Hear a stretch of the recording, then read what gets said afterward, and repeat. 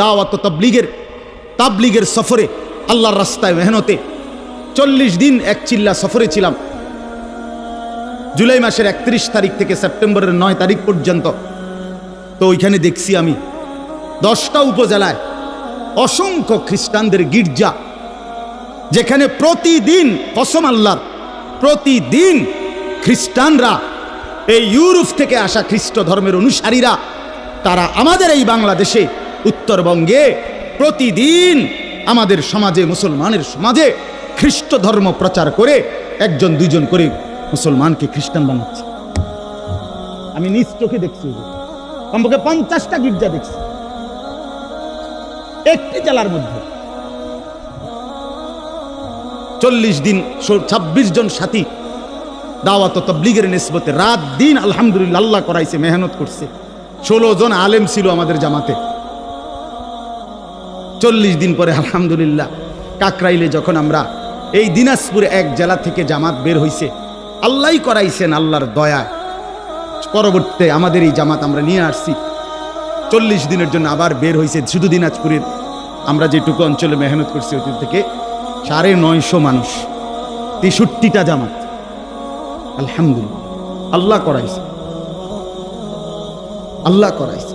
তো এজন্য বললাম, প্রতিনিয়ত আমাদের পার্বত্য চট্টগ্রামের হালাত খবর নেন, কি হচ্ছে। একদিন ঘুম থেকে শুনবেন উঠে পার্বত্য চট্টগ্রাম আর আমাদের কাছে নাই। গোটা বাংলাদেশে, পুরা বাংলাদেশ যত বর্গ মাইল, এর 3 ভাগের 1 ভাগ হলো পার্বত্য চট্টগ্রামের 3টা জেলা। বুঝেন নাই কথাটা আমার? সারা বাংলাদেশের আয়তন যে দূর, এটা যদি 3 ভাগ করে, শুধু 3 জেলা, রাঙ্গামাটি, খাগড়াছড়ি, বান্দরবন, পার্বত্য চট্টগ্রামের এই 3 জেলাই 1/3 বাংলাদেশ। বুঝেন হিসাব? হ্যাঁ, পুরা উত্তরবঙ্গ প্রতিদিন কাফের কাদিয়ানি, প্রত্যেক দিন তারা মুসলমানদেরকে কাদিয়ানিতে বানানোর জন্য তাদের কার্যক্রম করছে, অসংখ্য মানুষ। অথচ সারা পৃথিবীর মুসলমানের কাছে, ওলামায়ে কেরামের কাছে, সারা পৃথিবীর মুসলমানের কাছে একথা স্পষ্ট, অকাট্য যে কাদিয়ানিরা 100 কাফের, 100 কাফের, 100 কাফের, 100% কাফের। কাদিয়ানি একটি ভিন্ন ধর্ম, ইসলাম একটি ভিন্ন ধর্ম। ইসলাম এবং কাদিয়ানিয়াত এক ধর্ম হইতে পারে না, এক ধর্ম হইতে পারে।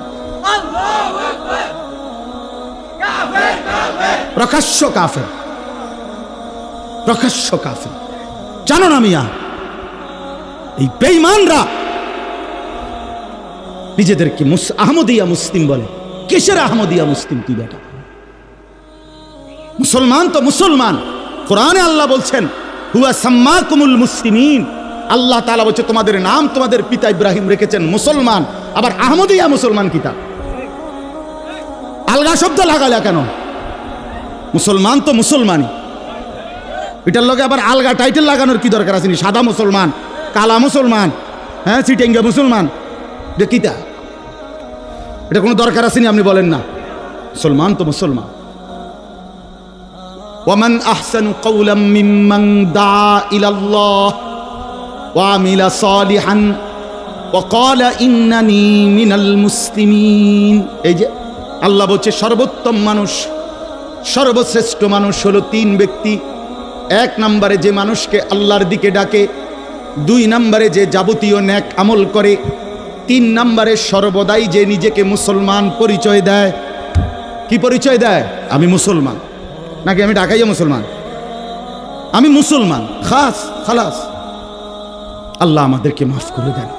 আমার ভাই, আমার ছেলেরা, আমার নওজোয়ানরা, ফেরা দরকার।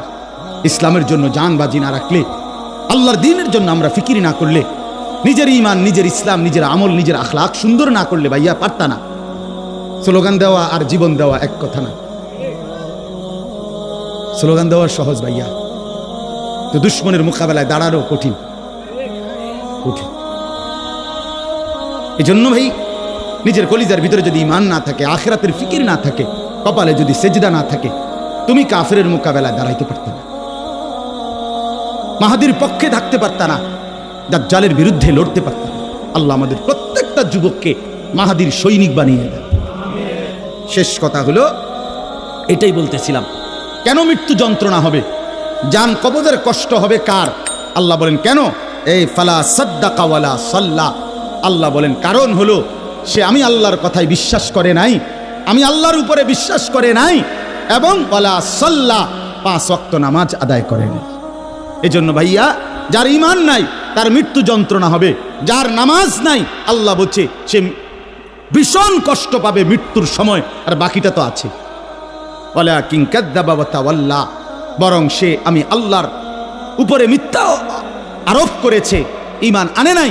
ওয়া তাওয়াল্লা, আমার প্রতিটা হুকুম থেকে মুখ ফিরাইয়া নিছে। আল্লাহ বলেন সুম্মা যাহাবা ইলা আহলিহি ইয়াতামাত্তা, আমার নাফরমানি করছে, আমার বিরুদ্ধাচরণ করছে, আমার হুকুমের উল্টা করছে, অথচ এর পরেও স্ত্রী সন্তান পরিবারের মাঝে গর্ব কইরা অহংকার কইরা আনন্দ ফুর্তিতে জিন্দিগি কাটাইছে। সিটারি, বাটপারি, অন্যায়, দুর্নীতি, অনিয়ম, নামাজ নাই, বন্দিগি নাই, হালাল হারামের পার্থক্য নাই, এরপরেও গড় সংসার বউ বাচ্চার মধ্যে এভাবে চলছে, মনে হয় যেন কোনো টেনশনই নাই।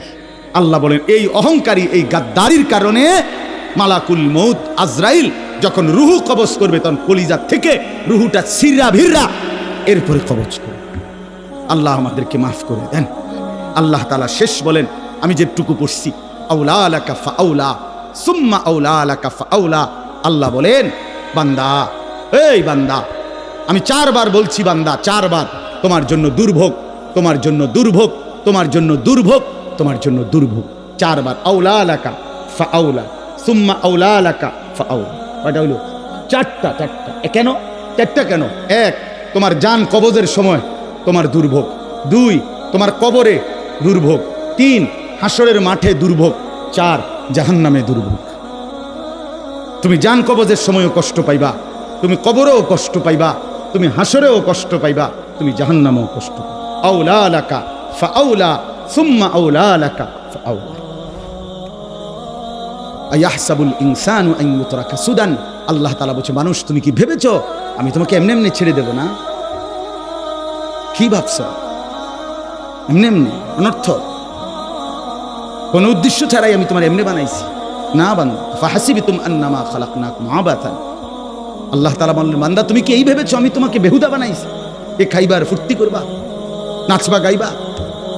না ভাই, আল্লাহ তাআলা আমাদের প্রত্যেককে ঈমান দান করেন, তাকওয়া দান করেন, গুনাহ থেকে বাঁচবার মতো হিম্মত দান করেন। হ্যাঁ, আল্লাহ তাআলা আমাদের প্রত্যেককে 5 ওয়াক্ত নামাজ জিন্দেগি সুন্দর করার তৌফিক দান করেন। হ্যাঁ ইনশাআল্লাহ আল্লাহ তাআলা সবাইকে কবুল আর মঞ্জুর করেন। নওজোয়ান ছেলেরা সহ সবাই মেহেরবানি করে মনোযোগের সাথে হযরত বয়ান করবেন। হযরত আমারও অনেক বেশি শ্রদ্ধেয়, ইনশাআল্লাহ হযরতের বয়ান মনোযোগ দিয়ে শুনে দোয়া করে এরপরে আমরা যাওয়ার চেষ্টা করি। আল্লাহ তাআলা সকলকে উত্তম তৌফিক দান।